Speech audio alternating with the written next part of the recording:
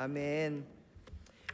오늘도 우리에게 주시는 은혜를 따라 주님과 함께 이 땅 가운데 살아갈 때 하나님의 놀라운 은혜와 축복을 경험하며 오직 그 하나님께만 영광 돌리는 승리의 삶을 사는 우리 모든 성도님들의 삶 되시기를 주님의 이름으로 다시 한번 간절히 축원합니다. 오늘 저는 함께 읽은 말씀을 중심으로 지금 나에게 필요한 꼭 한 가지라는 제목으로 함께 은혜를 나누고자 합니다. 전 세계적으로 부부 생활에 대해 가장 많이 팔린 책을 꼽으라면 바로 존 그레이가 쓴 바로 화성에서 온 남자, 금성에서 온 여자라는 책입니다. 아마 여러분들 한 번쯤은 읽어보신 분들도 있을 것이라고 생각이 듭니다. 이 책의 이야기를 보면 이렇게 시작하고 있습니다. 화성에 살고 있던 남자들이 어느 날 금성에서 살고 있는 아름다운 여자들을 발견하고 함께 금성으로 날아갑니다. 그들은 서로 합의 아래 화성도 금성도 아닌 바로 지구별로 나라와 함께 부부로 짝을 지어 살게 됩니다. 그런데 이들 남녀는 본래 자신들이 다른 별에서 온 외계인이라는 사실을 잃어버리고 서로가 같은 방식으로 같이 느끼고 또 같이 행동하기를 기대하므로 사사건건 서로 충돌하며 사고를 일으키게 됩니다. 예를 들면 남자는 문제가 생기면 해결책을 먼저 제시하는데 여자는 보살핌을 먼저 제공하려고 합니다. 또 남자는 스트레스를 받으면 일단 자기만의 동굴로 들어가 에너지를 축적한 다음 그 문제를 다루기를 원했지만 여자는 누군가를 만나 그 이야기를 함으로써 그 스트레스에서 해방되기를 원하였습니다. 그는 신뢰를 요구하고 그녀는 관심을 요구합니다. 그는 인정을 필요로 하고 그녀는 이해를 필요로 합니다.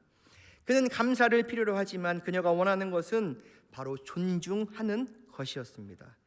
그에게는 찬미가 필요했지만 그녀는 현실을 원합니다. 그가 동의를 필요로 할 때 그녀는 공감을 더 필요로 합니다. 그에게 중요한 것은 목표였지만 그녀에게는 목표보다 과정이 더 중요했습니다.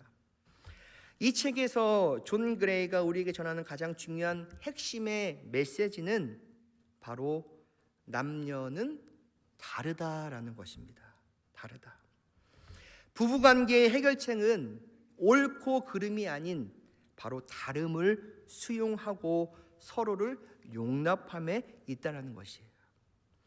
여러분, 부부관계에 갈등이 생기면 잊지 말아야 할 사실이 남편은 아내가 금성에서 온 외계인이라는 것, 아내는 남편이 화성에서 온 외계인임을 인정하는 데서 부부의 소통이, 커뮤니케이션이 시작된다는 사실입니다. 그런데 저는 이것은 가정에서만 통하는 원리가 아니라 모든 공동체에서 적용되어야 할 바로 소통의 원칙이라고 생각이 듭니다. 특별히 우리가 믿음 생활하는 가운데 있어서 이 교회 생활에서도 저는 마찬가지라고 생각이 듭니다. 나만 옳고 당신이 틀리다는 전제를 한 많은 경우에 보면 우리는 갈등을 피할 수가 없습니다. 그러나 우리가 서로 같은 그 문제를 다른 시각과 다른 관점에서 보고 있음을 인정해 버리는 순간, 즉 우리가 다르다는 사실을 수용하는 순간 과거에 겪어보지 못한 놀라운 교제의 축복을 경험할 수 있게 된다는 사실입니다. 여러분, 저는 지금 절대적 진리란 존재하지 않는다라고 이야기하려고 하는 것이 아닙니다. 성 어거스틴은 이런 말을 했습니다.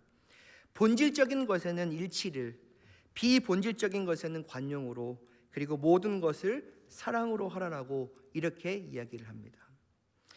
여러분, 그리스도인들에게, 하나님을 믿는 크리스찬들에게 양보할 수 없는 이 본질적인 교훈들이 참 많이 있는 것 같아요.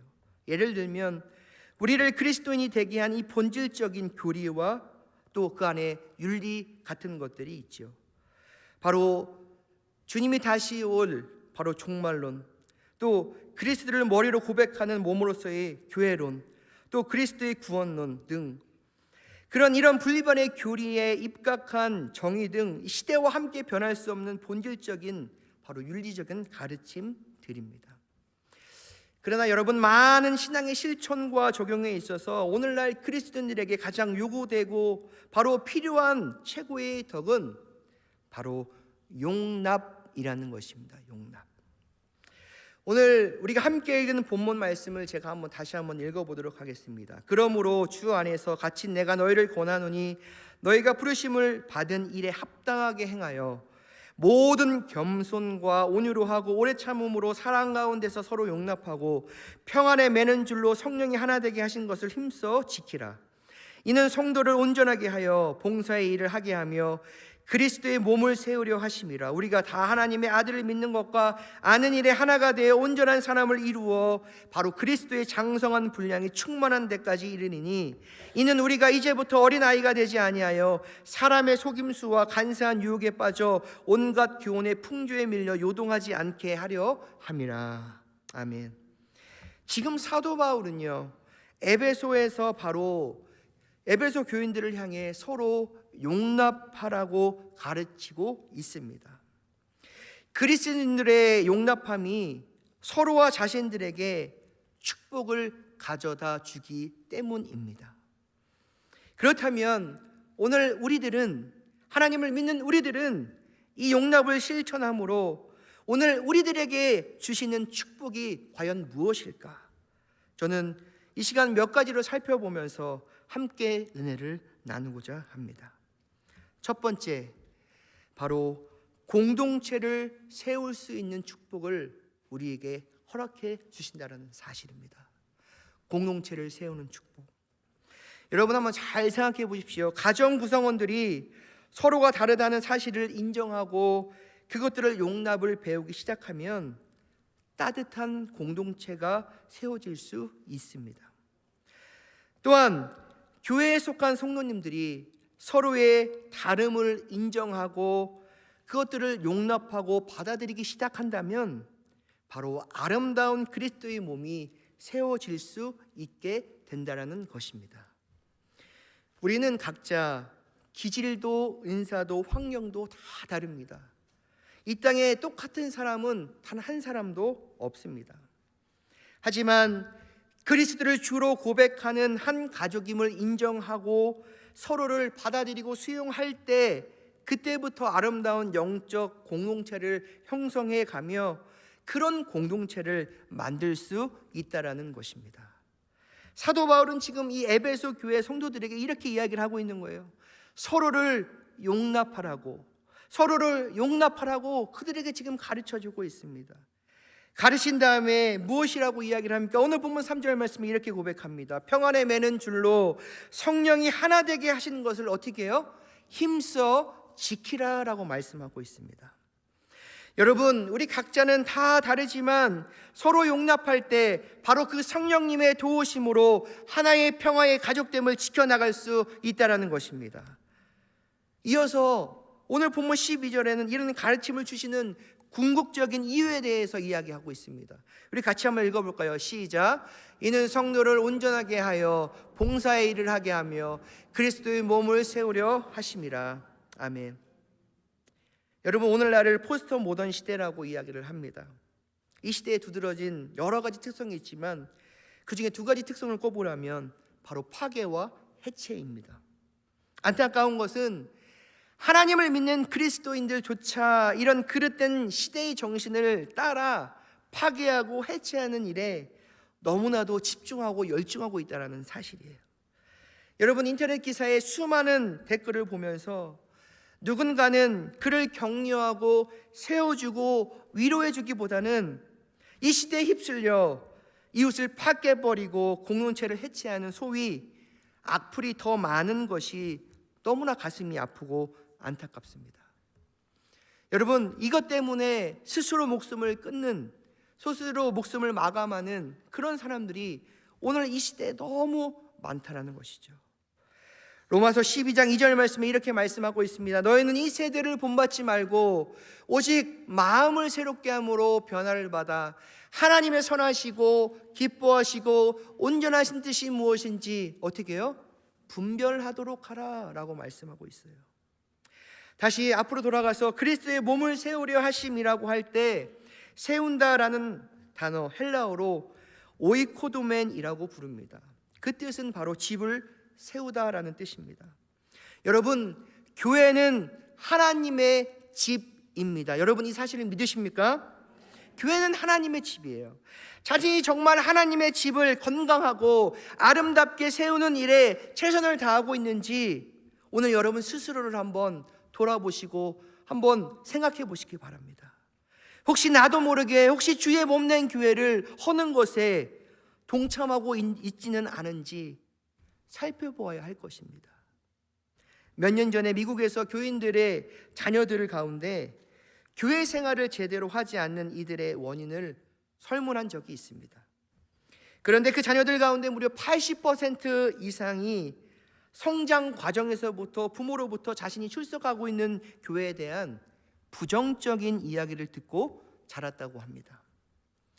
여러분, 교회의 리더십 또 지도자들에게 연약함은 피할 수가 없습니다. 때로는 실수도 할 수도 있고요. 그 실수가 본질적이고 결정적인 것이 아니라면 바로 약점이 아닌 강점을 보고 서로 용납하고 서로 감싸주고 서로 사랑해주는 것을 배워야 한다는 것이에요. 여러분, 완벽한 사람 또 완벽한 공동체란 이 땅에 존재하지 않기 때문입니다. 우리가 가장 가까이에 교제하고 있는 그 형제 자매들을 용납하고 그들을 사랑하기 시작할 때 우리의 새생명교회가 계속해서 바로 그리스도의 굳건한 몸으로 세워질 뿐만 아니라 하나님의 손에 귀하게 사용되어지는 축복을 경험하게 될 줄로 믿습니다. 우리 옆에 앉으신 분들을 한번 이렇게 귀하게 바라보시겠어요? 그러면서 이렇게 한번 고백했으면 좋겠습니다. 그래서 당신이 제 옆에 계셔 주셔서 너무너무 감사합니다. 한번 고백해 보겠습니다. 그래서 당신이 제 옆에 계셔 주셔서 너무너무 감사합니다.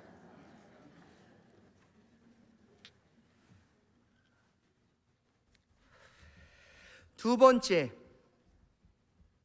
바로 용납하는 것은 온전한 자가 되게 하는 축복을 가져다 준다라는 것입니다. 온전한 자가 되게 하는 축복.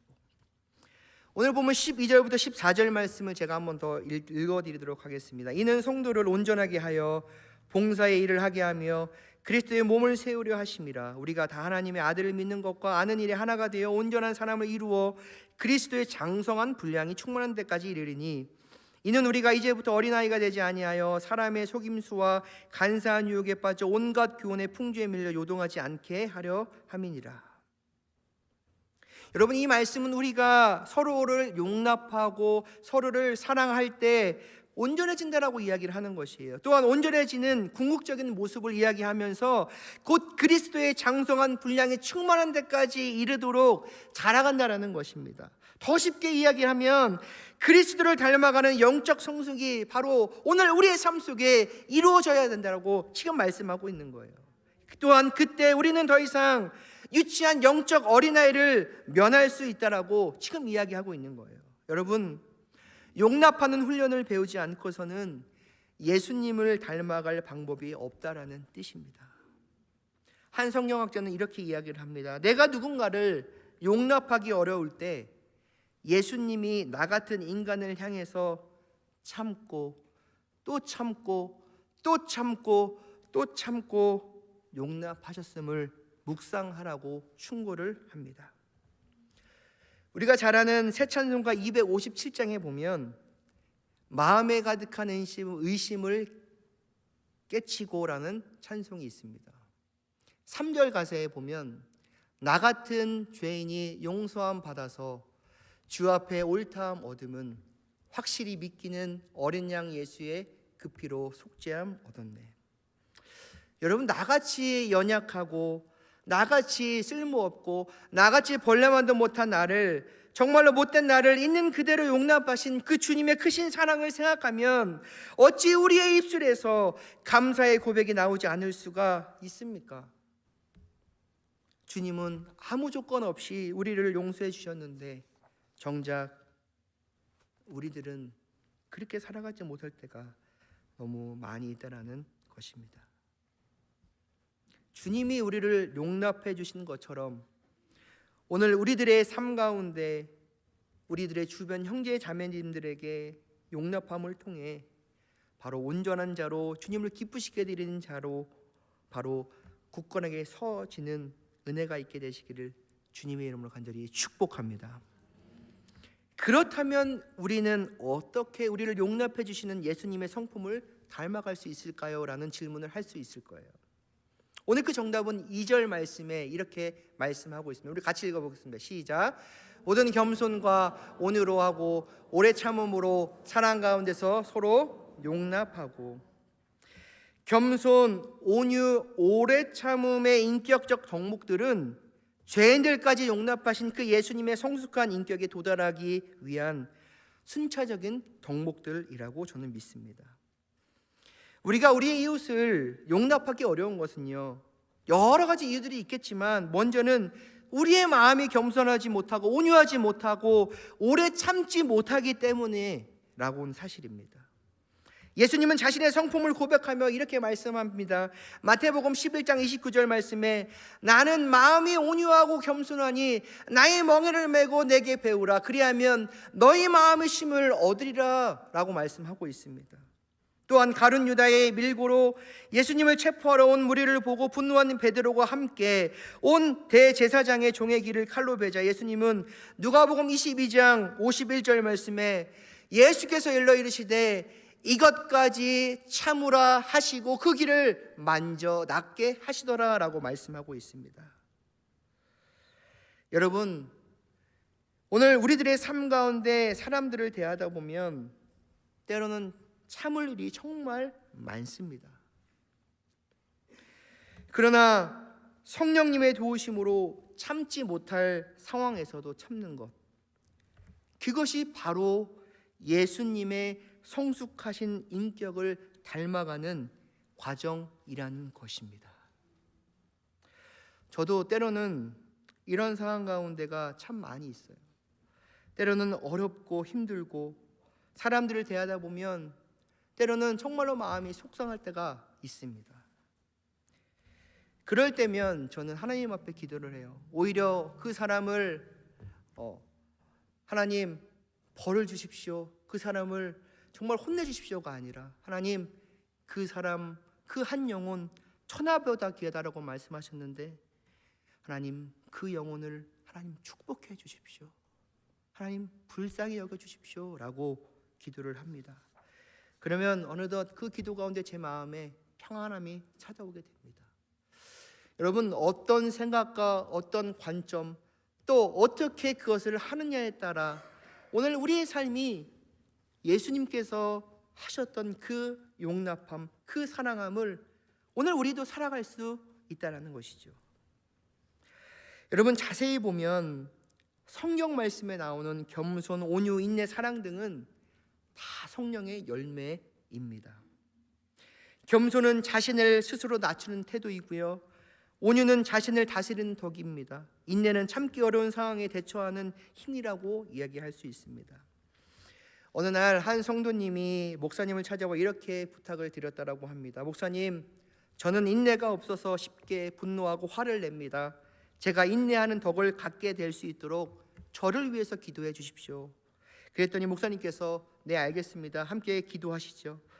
주님, 이 형제님에게 먼저 환난을 보내주십시오 라고 기도했다라고 합니다. 가만히 들어보니 환난이 아니라 인내를 위해서 기도를 해달라고 하는데 목사님, 환난이 아니라 인내라고요.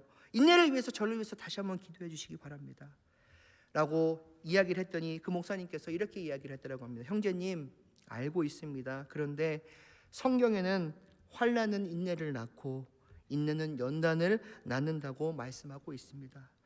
우리가 너무나 잘 아는 말씀이죠. 로마서 5장 3절 4절에 이렇게 말씀하고 있죠. 다만 이뿐 아니라 우리가 환난 중에도 즐거워하나니 이는 환난을 인내를, 인내는 연단을, 연단은 소망을 이루는 줄 알미로다 라고 주님이 말씀하셨잖아요. 많은 경우 주님은 우리가 진실로 주님의 인격을 닮아가도록 어려운 상황에 처하게 하시고 그 가운데 바로 성령님의 도우심을 구하게 하신다는 것입니다.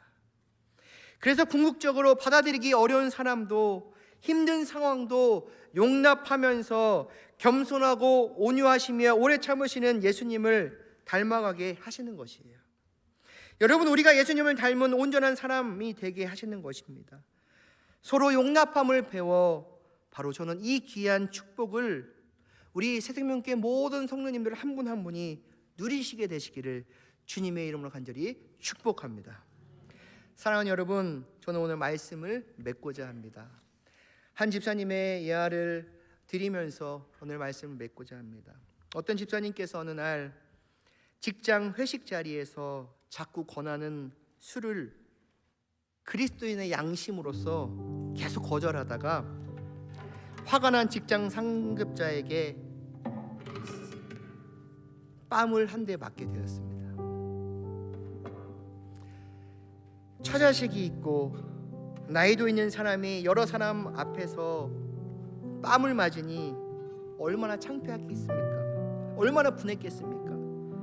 집에 와서 며칠 몇 날 동안 정말 화가 나 회사도 무단결근하며 분을 삭히다 결국은 이 회사를 때려쳐야 되겠다라고 결심을 하고 사표를 내기 전 그래도 내가 믿는 하나님 앞에 마지막으로 기도 한번 하고 사표를 내야 되겠다 하고 산으로 올라가 하나님 앞에 기도를 드리기 시작했습니다.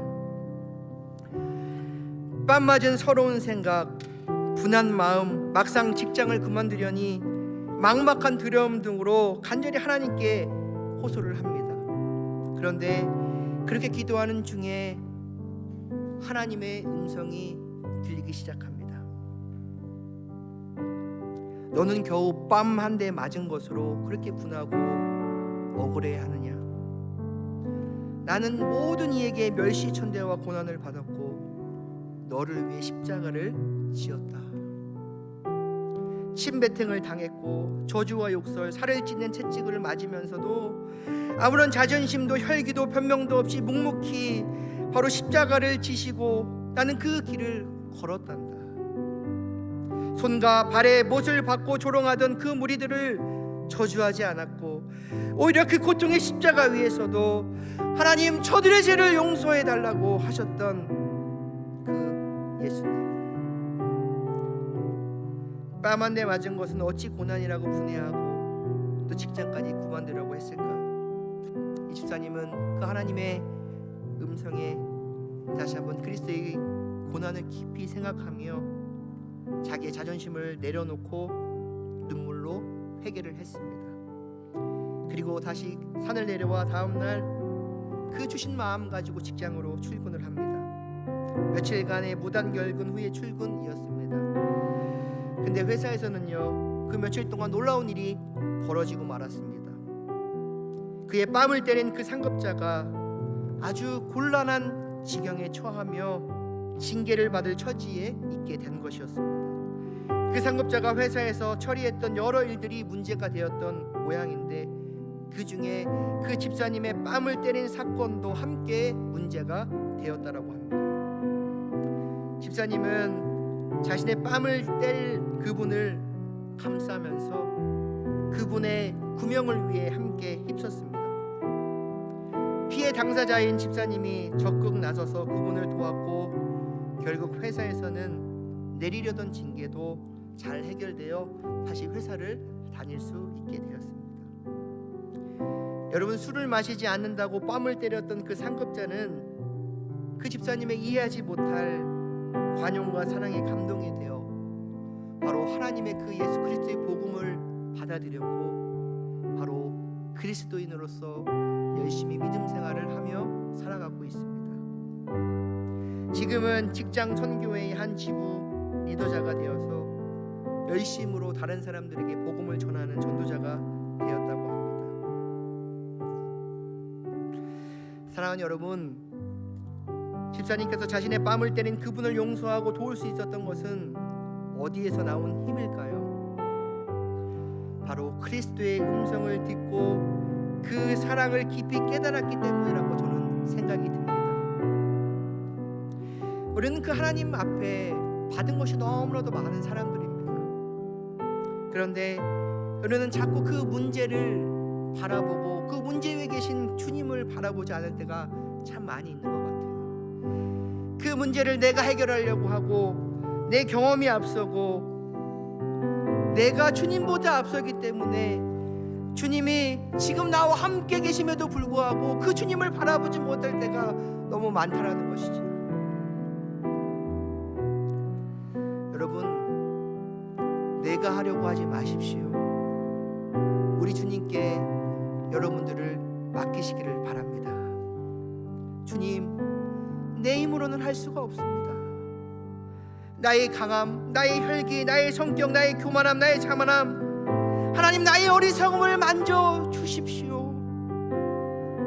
지금 내게 필요한 한 가지는 바로 주님의 그 모습, 바로 용납함의 축복이 오늘 나의 삶 가운데 임할 수 있도록 나를 좀 붙들어 주십시오. 주님, 사랑하는 여러분, 우리는 2023년에 7개월이라는 시간들을 이제 마무리하고 있습니다. 돌아보면 하나님의 은혜라고 이야기를 합니다. 그러나 정작 내 삶을 보면 그냥 앞에서 은혜라고 하니까 그 은혜의 고백을 할 때가 참 많이 있는 것 같아요. 감사라고 하니까 감사의 고백을 할 때가 참 많이 있는 것 같아요. 그러나 내 삶을 돌아보고 하나씩 생각해 보면 그 모든 것이 은혜요, 그 모든 것이 감사요, 그 모든 것이 하나님이 하셨기에 가능한 일이었다라는 사실입니다. 새생명교회 성도 여러분, 남은 2023년 다시 한번 그렇게 살아보지 않으시겠습니까? 부족하고 연약하고 나약하지만 그것들을 사랑으로 덮어주고 용납해주며 오늘도 그 하나님이 우리에게 베푸신 그 은혜를 가지고 한 걸음 한 걸음 그 믿음의 동행으로 살아갈 때 그 삶 속에서 하나님의 놀라운 은혜의 역사를 우리 모두가 경험하게 될 줄로 믿습니다. 기도하시겠습니다.